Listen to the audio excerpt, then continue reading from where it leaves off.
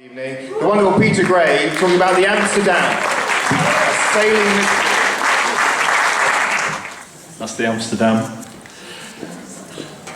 Okay, here we go. Yeah, my interest is in sailing, so it's a sailing mystery for me. On the Sunday afternoon, on the 26th of January, 1749, the Amsterdam came ashore, and she hasn't really moved very much since, apart from down. But for me, it's a sailing mystery, and the two mysteries that I came across really are, why did she end up in Pevensey Bay? Because she was sailing with 5 other ships, and they all got beyond Beachy Head and got as far as Portsmouth. So what happened to the Amsterdam that she only got into Pevensey Bay? She's not in Pevensey Bay. She's not in Pevensey Bay?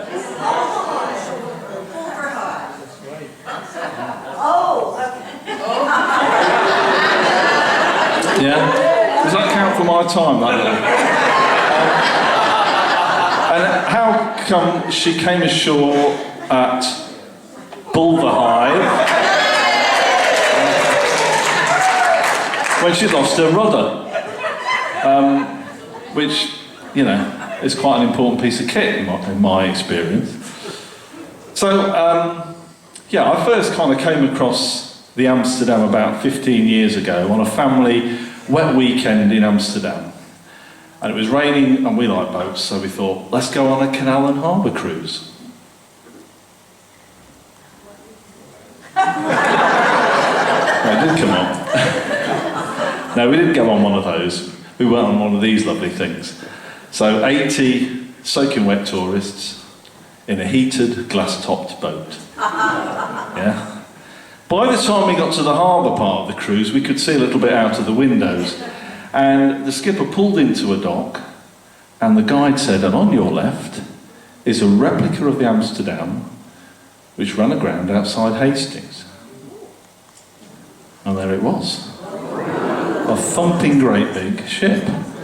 And just to show you how close we went by with our little boat, and it really is a very big boat, and it's an ocean-going boat, and that's the first thing that struck me about the Amsterdam and the trouble she was having in the English Channel with a bit of a storm, was she was about to head off deep into the Atlantic Ocean for about 3 months, following the trade winds, which is why we pretty much know what the route was, because they're trade winds. And the idea that the Amsterdam got kind of overcome by a bit of a blow in the English Channel just didn't seem to work. Plus, we are the stand-up paddleboard end of the English Channel. It doesn't get that rough here. So, let's get into a little bit of sailing, a bit full of theory. Now, you may have noticed a slight northern accent. I've got a few things in common with Ellen MacArthur. We're both from the same part of Derbyshire. We both learned to sail in landlocked Derbyshire, and we both had Saturday jobs and saved up and bought our first yachts at the age of 17. We did, yeah. And I brought mine with me.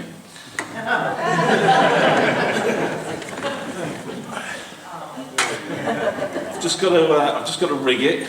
There we go. Right. So, a little cupful of sailing theory. So, this type of sailing boat with triangular sails is called a fore and aft sailing boat, because the sails run from the front to the back. And this has a great feature. So if the wind was coming from the back of the audience there, and this sailing boat can make some progress towards the wind. So it can sail with the wind on this side of it, and then it tacks about and sails this way, and it zigzags its way upwind, if you like. And this is me sailing out of Eastbourne, not in this boat, but in a slightly bigger one. You've got to have dreams, haven't you? Sometimes they come true. So now we move on to square-rigged ships, like the Amsterdam. Well, they kind of have their sails this way onto the wind, so they can't really make any upwind performance, but they can do about 180 degrees to the wind.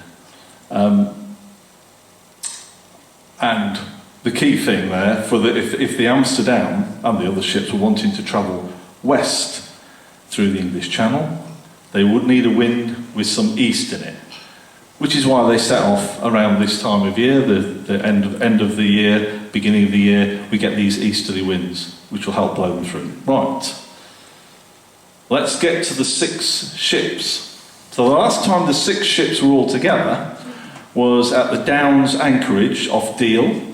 It's still used today by P&O ferries if there's a bit of a blow. And they arrived there on the 9th of January, and they left on the night of the 10th, because by the 11th of January, people of Deal couldn't see them anymore. Now, we only really know about what's been happening to the Amsterdam because of what people have been able to observe, because the ship's logs have all been lost. So this is all based on observations. So let's see what happened to the boats. This is just a diagram of what I think happened. So when they set off from the Downs, sailing, presumably they got an easterly wind, the Amsterdam took a different route to the 5 other ships because the 5 other ships were never seen. Observers never saw them. The Amsterdam was seen off Rye, was seen off Hastings, and seen in Pevensey Bay, but the other ships weren't, and I assume they were much further offshore, which is what sailing boats like this do. They've only got the wind and the tide affecting them, so they keep out to sea as much as they can because land is the big danger. But the Amsterdam didn't manage that and got caught up in Pevensey Bay. So I'm trying to think, well, what could have possibly made that difference? And I think what we know about the Amsterdam when she set her anchor in Pevensey Bay before coming to Bulwer Hythe, she had about 50 sailors dead, and they were dying at a rate of 3 a day. So I am thinking that the difference between this ship and the other 5 ships was the 6 sailors, and they couldn't sail the boat as well with the wind, and so that's why it's ended up there. And why it kind of stayed there is what happened to the other boats further on in the trip. As you can see, they came into Portsmouth, and I think that's because the wind became more southerly and forced them in. In fact, there are reports from Portsmouth that the wind eventually became a southwesterly by the time they got in. So that southwesterly wind would be fine for the ships out deeper in the water. They could still make that course, but it pins the Amsterdam in Pevensey Bay. It wouldn't be able to get out. So the next question is, where in Pevensey Bay? And here we come to the letter from Mr. Werge to Mr. Collier at Bath on the 17th of January 1748. And he said, amongst lots of other things about the Amsterdam coming ashore, that it was at anchor off Bexhill. Has anybody spotted anything with the date? 17th of January 1748, when the Amsterdam ran aground on the 26th of January 1749. This may come as a bit of a shock to you, but Britain was out of step with the rest of Europe at this time. They were all using this Gregorian calendar, and Britain was still using the Julian calendar. So we were 11 days out, on top of which we didn't celebrate New Year until Annunciation Day on the 25th of March. Can you imagine the paperwork at Dover, trying to get stuff out, honestly? Horse and carts all the way up the mud too. Right, so now we know where the Amsterdam is. She was off Bexhill. Well, there's a pointer on this thing. Is it the red one? Yeah. Is it? Oh, yeah. Hey, I put a little ship there, about 2 miles off. There's the Amsterdam, X marks the spot. We've got the Bexhill Reef, which they would have been able to see. These little black marks are individual rocks, and this one here is called the Bo Peep Rocks. So we know where the Amsterdam is. Now we need to do a little bit about rudders. Okay, now this is the sailing boat that I took from Eastbourne to Brighton, and it's got the triangular sails. But what I want to show you is what's underneath And this has got one of them as well. They've got keels and rudders, except this one's lost its rudder. But they've got keels and rudders, and they enable it to go smoothly through the water this way, but give resistance sideways. So it helps with the rudder to hold a track in the boat, in the water. So as it's been pushed by the wind, it can still make that upwind performance. If you take the rudder away, well, I'm going to show you what happens if you take the rudder away, because a few years earlier, before Tim got there, this could have been quite exciting for Tim if he'd been running around when I was here. But we were trying to sail around the Isle of Wight, and we're doing a nice long tack down to the Needles, and we weren't going to make it round in one go, so I put in another tack, and then when I tacked again, the rudder fell off. We managed to keep it on board, but this is what happened to the boat. That's right. We started to draw a dog. Completely out of control. So it was with that in mind that I was thinking that the Amsterdam was pretty screwed without a rudder, but let's see. This is not the Amsterdam, it's just a diagram of a square-rigged sailing ship of that type. And I decided, well, if I'm going to understand this rudder thing, I need to understand how these ships sailed. So I went straight to YouTube. About a minute into my sailing tuition, they dropped the bombshell that square-rigged sailing boats don't use their rudders to steer. They're just trim tabs. They just use them to make minor adjustments. What? Fortunately, 3 minutes later, they did explain why this happened, how this works. These two sails on the boat that are triangular shape take on that role. Now, the front one's called the jib, and you're never going to guess what they call the one at the back end of the boat. No sailors here know what it's called? It's called the spanker. So I'm going to need to explain that a little bit. So if I'm going to be a sailor, I'm going to be a square-rigged sailing boat for a moment. If the wind was, say, coming from Tim, and I put my jib out at the front, and it catches the wind, it's going to pull the front of the boat round this way. And then if I put my spanker up, it's going to spank it back round again. Now, by balancing these sails, they were able to kind of lock the ship into its course, and then they would deploy the square sails, the power sails that would make it move forward.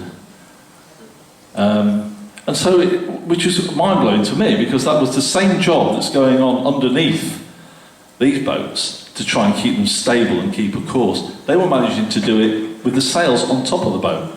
So, let's have a quick look what this looks like. You should be able to see the triangular sail at the front there, the jib, and I think there's a second jib behind it, and you can see the spanker sail at the back that's holding it, and the wind is coming pretty much from the other side of the camera lens, from the other side of the boat. So that's how it looks very complicated, but actually there's just two things going on there, holding it and powering it. So I got really cocky and confident. I thought, I know all about. I've watched my YouTube clip. I know the tide's going to have to be coming in. They need to come in on a full tide, and the wind's got to be from the south because that's how these boats work.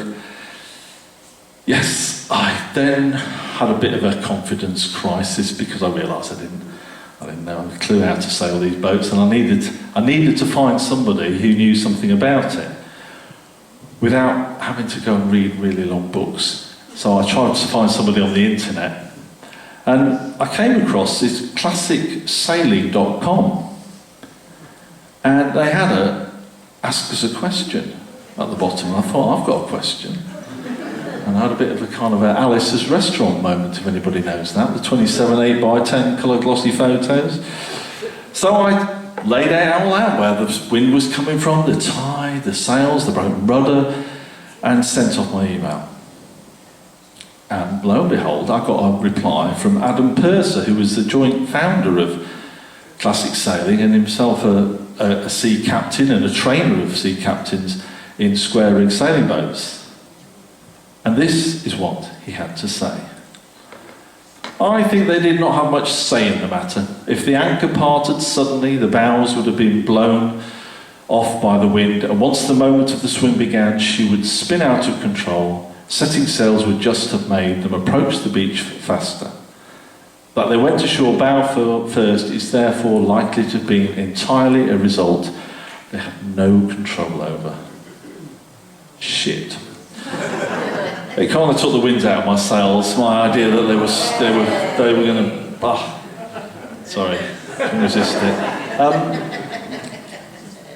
But I thought about it, well, Adam knows that, but surely Captain Clump, for it was indeed Captain Willem Clump in command, he would have known that as well. And Captain Clump and the senior officers, there we go, had all signed a document to say that this action needed to be taken. So they all seemed fairly confident. And once the Amsterdam was aground, Captain Clump took this document to the Mayor of Hastings and got it signed, and then he took it up to London to the officers of the Dutch East India Company and got it signed there. So this didn't sound like people who expected just to spin around and crash somewhere. Yet at the same time, Adam Percival obviously knows what he's talking about. So I had another little think. And then I kind of figured it was the weather. But these guys came along to help focus my mind on it. Dudley, Eunice and Franklin. Now, if you can remember, February last year was a little bit windy. Yeah, and this is apparently taken on the day of Eunice's being its beast. So I looked at the data for the wind on the whole of February from a Hastings weather station, and you can see there on the 18th of February the big wind off the chart when we all lost power. But actually, for a lot of the rest of the month, the wind wasn't that bad. So I've drawn a red line. A red line was gale force 8. Anything above there will be gale force 8. This obviously went over that on the 18th and 19th. But not much for the rest of the month. And the amber coloured line is 30 mile an hour. That's a force 6, and that's the weather that I sailed from Eastbourne to Brighton, and that wasn't particularly dramatic. So, but windy. That is a windy day, 30 mile an hour wind. So it just felt there's a bit of wiggle room here. So if we go back to the dates, if the Amsterdam left the Downs on the 10th, get to Pevensey Bay about the 11th, 12th at the latest, hang around for a day or two, there's still quite a bit of time before the 26th of January. I'm just thinking that they would have waited until the wind was a bit more amenable. And they also needed a high tide and what have you, but it's all possible. So, I reckon they did do it. And I also reckon what Adam Percival said was very accurate, because I think they did come ashore too quickly, because they only really just made it onto that nice sandy beach and got round the Bo Peak rocks. So they only just squeezed it in. It must have been a very exciting last few hours on the Amsterdam, pulling that off. So I like to think, well, everybody's right, that Adam's right, given the conditions I gave him of a big storm. But I think the skill of the sailors got them to shore. So, yeah, there she is. I will call it a human tragedy. The Amsterdam, all those people dying. And some great sailing skill to get the boat ashore, but I'm sure Captain Clump and the Dutch East India Company probably just thought it was a commercial tragedy.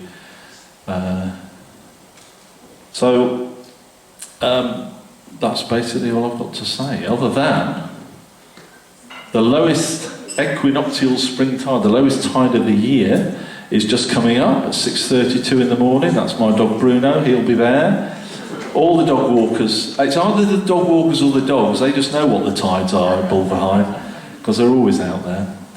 But this photograph I took, it was a week before lockdown, and And it's what inspired me to try and write a song about the Amsterdam, because I thought, you know, she's stuck there in the sand, and I don't really know, all her cargo is still in her, and she's she's the most complete East Indiaman ship in existence, 2/3 complete under the sand there, with all her cargo. So this like great metaphor for an original, you know, mission that you haven't accomplished, something. And I made the mistake of looking into my own life to see if I could, you know, tease something out. And it was there, as soon as I thought about it, because around that time, I just bought a shed off eBay for the allotment. It's never been built. And it never can be built now because my good wife has used it for some other things other than the shed. And I didn't want to write a song about a shed, but I had written kind of a bit of an introduction to it, so it's quite short, so I'll move over and play the song for you.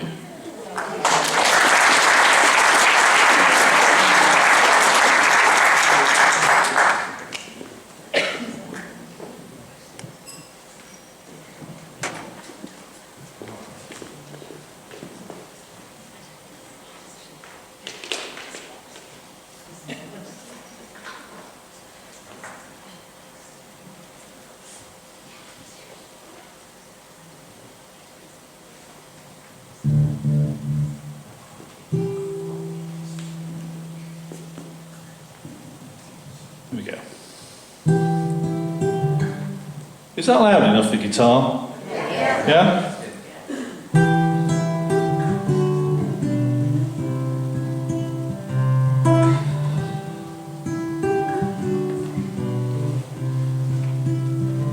Amsterdam.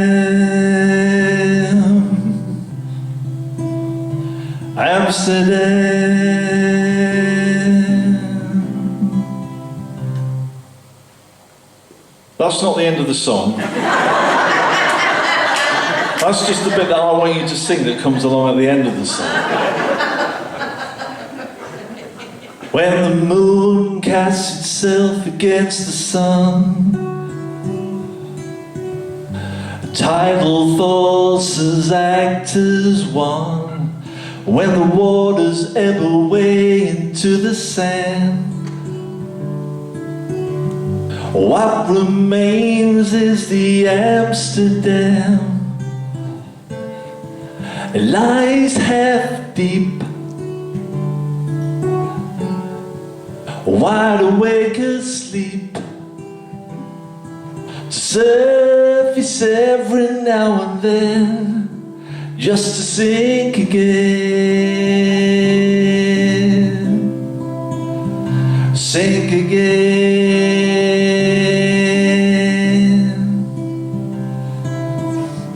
The open ribcage of a hull, a skeleton without a skull,